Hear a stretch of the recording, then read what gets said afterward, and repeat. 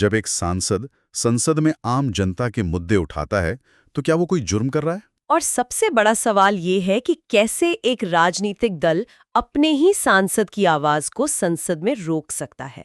हम यहाँ बिना किसी राजनीतिक पक्षपात के सिर्फ तथ्यों पर बात करेंगे। बिल्कुल। तो इस पूरे मामले की जो चिंगारी है वो कहाँ से भड़की, मतलब शुरुआत कहाँ से हुई?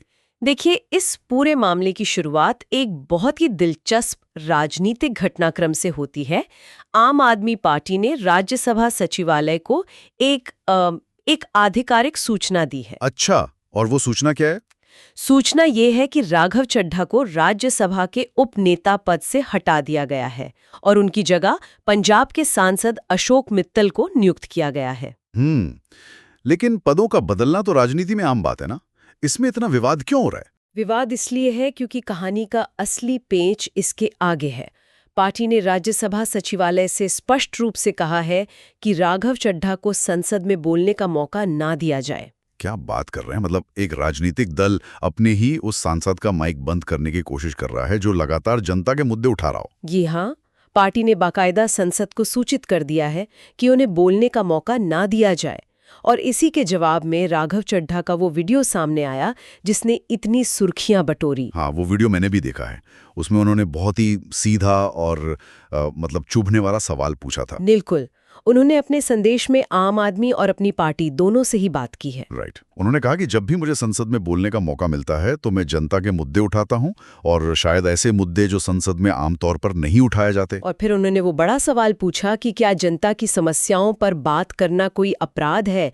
क्या मैंने कोई जुर्म या गलती की है? ये वाकई में सोचने वाली बात है, क्योंकि अगर हम पार्टी के आधिकारिक पक्ष को देखें तो उन्होंने क्या कहा है इस बारे में? देखिए, पार्टी के नवनियुक्त उपनेता अशोक मित्तल का कहना है कि यह महज एक लोकतांत्रिक और सामान्य प्रक्रिया है। मतलब उनका कहना है कि ये एक रूटीन चीज है। हाँ, उनका तर्क है कि पार्टी में समय समय पर नेतृत्व की भूमिकाएं बदलती है, रोटेशन होता है, ताकि दूसरे सदस्यों को भी मौका मिल सके। लेकिन टाइमिंग देखिए आप, मतलब आप अपने सबसे मुखर सांसद को उस वक्त रोटेट कर रहे हैं जब वो ऐसे मुद्दे उठा रहे हैं जो सीधे देश के हर नागरिक की जेब से जुड़े हैं। इस पूरे मामले के व्यापक संदर्भ को देखें तो सिर्फ पद से हटाना तो समझ आता है, लेकिन सचिवालय को ये कहना कि इन्हें बोलने का मौका न दिया जाए, ये रोटेशन कम और सेंसरशिप ज्यादा लगता है। बिल्कुल, चड्ढा ने खुद पूछा है कि इन मुद्दों को उठाने से पार्टी को फायदा ही हुआ है, तो फिर इससे पार्टी को क्या नुकसान हुआ? कोई मुझे बोलने से क्यों रोकना चाहेगा? और यही सवाल हमें उन असल मुद्दों की तरफ ले जाता है जो राघव ने अपने वीडियो में गिनाए। हाँ, उन्होंने काफी सारे मुद्दों की लिस्ट दी थी ना, जैसे एयरपोर्ट पर महंगा खाना, फूड एडल्टरेशन और कंटेंट क्रिएटर्स और मिडिल क्लास पर टैक्स का बोझ। बिल्कुल, लेकिन 2-3 मुद्दे ऐसे थे जिन्होंने सबसे ज्यादा ध्यान खींचा, जैसे टेलीकॉम कंपनियों वाला मामला। वो 28 दिन के रिचार्ज वाला मुद्दा, राइट? ये तो हम सबकी रोजमर्रा की जिंदगी से जुड़ा है। उन्होंने तो इसे सीधा एक स्कैम ही कह दिया था। हाँ, और उनका गणित बहुत सीधा है। अगर हम 28 दिन वाले प्लान से रिचार्ज करते हैं तो साल के 365 दिनों में हमें 12 की बजाय 13 बार रिचार्ज करना पड़ता है। मतलब 28 को 13 से गुणा करें तो 364 दिन बनते हैं। तो एक तरह से हम साल में एक एक्स्ट्रा महीने का पैसा दे रहे हैं। बिल्कुल, ये एक अदृश्य टैक्स है जो हर उपभोक्ता चुका रहा है। और इसके साथ एक और बड़ा मुद्दा जो उन्होंने उठाया वो था डेटा एक्सपायरी का। मतलब जो हमारा 1.5 या 2 GB रोजाना का डेटा बच जाता है वो रात को 12 बजे अचानक से गायब हो जाता है। खत्म। हाँ, और रिचार्ज खत्म होते ही बिना किसी ग्रेस पीरियड के इनकमिंग भी बंद कर दी जाती है। चड्ढा ने संसद में मांग की थी कि बचे हुए डेटा का रोल ओवर दिया जाए, मतलब उसे अगले दिन में जोड़ा जाए या फिर परिवार वालों को ट्रांसफर करने की सुविधा मिले। बिल्कुल, क्योंकि डेटा अब कोई लग्जरी नहीं है, ये एक बुनियादी जरूरत बन चुका है। पर एक सवाल है यहाँ। हाँ। मतलब अगर हम किसी बुफे रेस्टोरेंट में जाते हैं, हाँ, तो वहां जो बचा हुआ खाना होता है वो हम घर तो नहीं ले जा सकते ना। तो क्या ये टेलीकॉम डेटा का जो मॉडल है वो भी वैसा ही कुछ नहीं है? देखिए, ये तर्क ऊपर से तो ठीक लगता है, लेकिन चड्ढा ने संसद में इसे एक बहुत ही अलग उदाहरण से समझाया था। उन्होंने पेट्रोल पंप की एनालॉजी दी थी। अच्छा, वो पेट्रोल पंप वाला उदाहरण वो क्या था? उन्होंने कहा कि मान लीजिए आप अपनी गाड़ी में 20 लीटर पेट्रोल डलवाते हैं और महीने भर में सिर्फ 15 लीटर इस्तेमाल कर पाते हैं, तो क्या पेट्रोल पंप वाला आकर बचा हुआ 5 लीटर वापस निकाल लेता है? अरे नहीं, बिल्कुल नहीं, क्योंकि मैंने उसके पैसे दे दिए हैं। बस यही बात है। जब आपने डेटा के पैसे दे दिए हैं तो कंपनी उसे वापस कैसे ले सकती है? ये तो काफी सॉलिड पॉइंट है। ये तो हुई टेलीकॉम की बात। लेकिन जो दूसरा मुद्दा उन्होंने उठाया वो शायद इससे भी ज्यादा गंभीर है। हाँ, वो मिनिमम बैंक बैलेंस पेनल्टी वाला मुद्दा। बिल्कुल, मतलब जो आंकड़ा उन्होंने संसद में रखा था, 19,000 करोड़ रुपए पिछले 3 वित्तीय वर्षों में बैंकों ने आम जनता से मिनिमम बैलेंस न रखने के नाम पर यह भारी भरकम रकम वसूली है। ये आंकड़ा वाकई हैरान करने वाला है। बैंक तर्क देते हैं कि खाते को मेंटेन करने के लिए उन्हें न्यूनतम बैलेंस चाहिए, लेकिन जरा विडंबना देखिए। हाँ, मतलब जिसके पास पहले ही पैसे नहीं, आप उसी के पैसे काट रहे हैं। बिल्कुल, जब खाते में पैसे कम होते हैं तो बैंक उस पे पेनल्टी लगाकर उसके पैसे और कम कर देता है। चड्ढा ने इसे गरीबी को दंडित करना बताया था। मुझे याद है, उन्होंने एक दिहाड़ी मजदूर का बहुत ही सटीक उदाहरण दिया था। मान लीजिए वो मजदूर रोज 500 रुपए कमाता है। हाँ, और वो बड़ी मुश्किल से 6,000 रुपए जमा करता है। राइट। फिर अचानक घर में कोई बीमार पड़ जाए तो वो अपनी ही जमा पूंजी में से 2,000 रुपए निकाल लेता है। खाते में बचे 4,000 रुपए। और बस वहीं से बैंक का सिस्टम काम करना शुरू कर देता है। बैंक का नियम है कि 5,000 बैलेंस होना चाहिए। तो अब वो बैंक बिना किसी मानवीय संवेदना के हर महीने उस गरीब के बचे हुए पैसों में से 100 रुपए काटना शुरू कर देता है। ये तो सीधा शोषण है। बिल्कुल, इन दोनों मुद्दों में एक समानता है। ये सिस्टम सबसे कमजोर तबके को दंडित करते हैं। और ठीक यही पैटर्न हमें तीसरे मुद्दे में भी दिखाई देता है। हाँ, आप वो डिलीवरी राइडर्स वाले मुद्दे की बात कर रही है ना, गिग वर्कर्स का मुद्दा। हाँ, यहाँ सबसे दिलचस्प बात यह है कि चड्ढा ने सिर्फ संसद में बात नहीं की, बल्कि वो जमीन पर उतरकर इसे अनुभव करने गए थे। बिल्कुल, हम उस वीडियो की बात कर रहे हैं जहां राघव चड्ढा ने खुद एक डिलीवरी बॉय बनकर काम किया था। वो शिवम नाम के एक ब्लिंकिट राइडर के साथ रात के अंधेरे में घर घर जाकर डिलीवरी कर रहे थे। और वहां जो हकीकत सामने आई वो काफी परेशान करने वाली थी। 10 मिनट डिलीवरी का जो माया जाल है उसकी असलियत कुछ और ही है। मुझे वो आंकड़ा याद आ रहा है। 40 मिनट की कड़ी मेहनत के बाद, मतलब 20 मिनट स्टोर तक आने और 20 मिनट कस्टमर तक जाने के बाद उसे सिर्फ 44 रुपए मिले। सोचिए, सिर्फ 44 रुपए।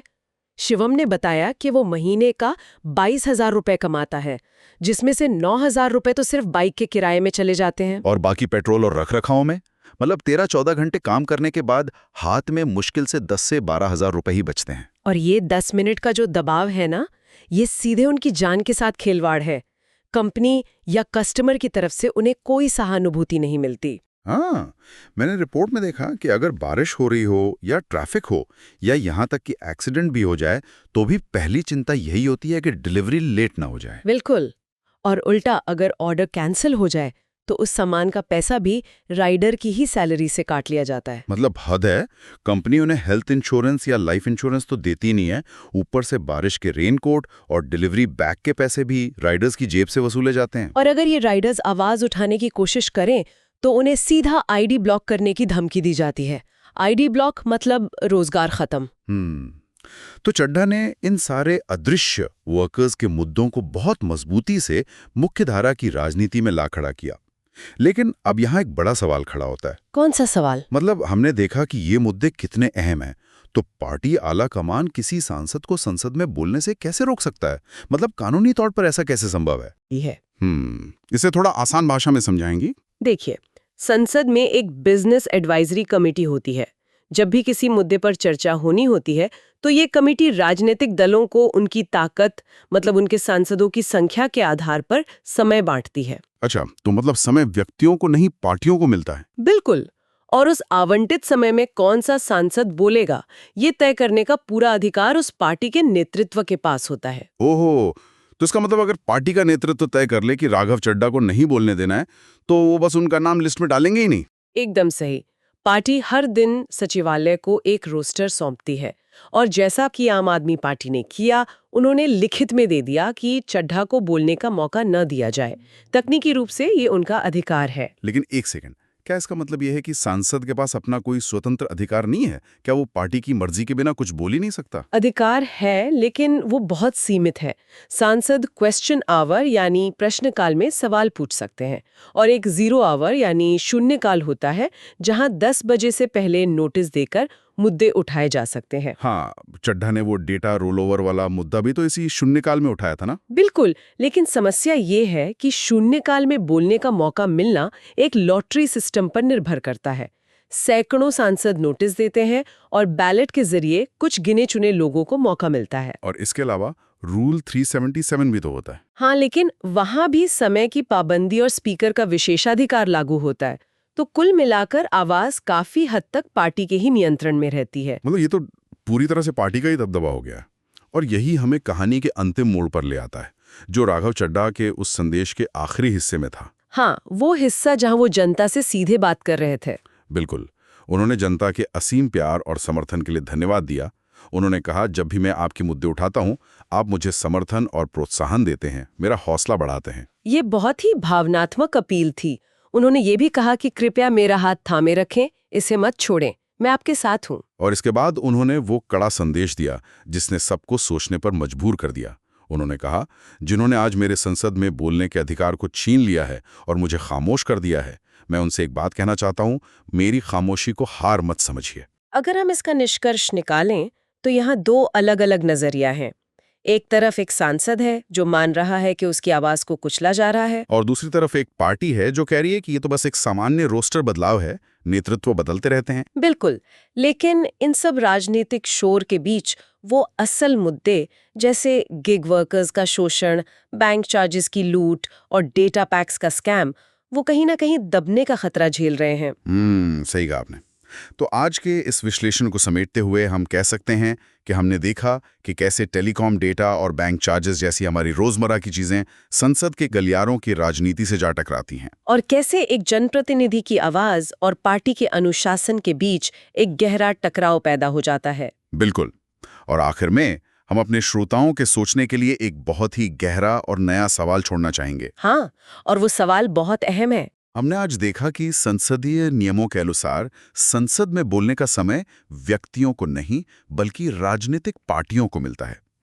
तो जब हम वोट देने जाते हैं जी, तो क्या हम सच में अपने लिए बोलने वाला एक व्यक्ति चुनते हैं या हम सिर्फ एक पार्टी का मुखौटा चुनकर भेज देते हैं? एक ऐसा मुखौटा जिसकी आवाज का स्विच उसकी पार्टी के पास होता है। ये वाकई सोचने वाली बात है ना? अगर सांसदों की आवाज पूरी तरह से पार्टी आला कमान के नियंत्रण में ही रहे तो क्या इससे हमारे लोकतंत्र का मूल ढांचा ही नहीं बदल जाता? इस पर जरूर सोचिएगा। बिल्कुल, ये एक ऐसा सवाल है जो हर वोटर को खुद से पूछना चाहिए। तो आज के इस गहन विश्लेषण में बस इतना ही। हमारे साथ जुड़ने के लिए आपका बहुत बहुत धन्यवाद।